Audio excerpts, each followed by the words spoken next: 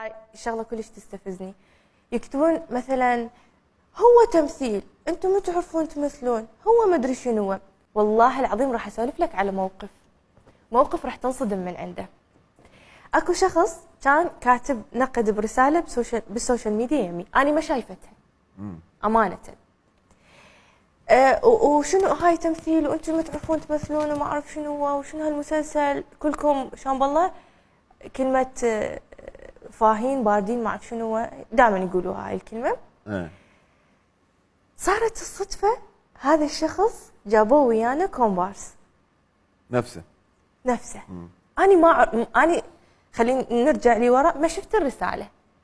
تعرف الكومبارس يجون ياخذون ستوري وياك ويصورون شكرا ست براء وشكرا ما اعرف شنو. هاي طبعا ما احب ست براء لانه احب براء بحت، بس العالم تستخدمها وانا احترم هذا الشيء.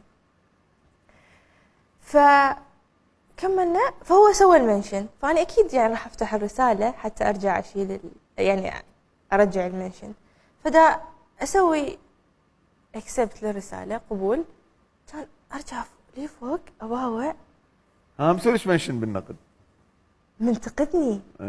منتقدني كلش.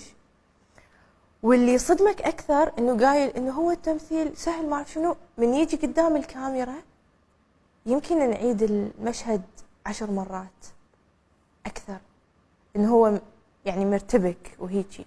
يعني شعور الكاميرا ترى شعور الاكشن ترى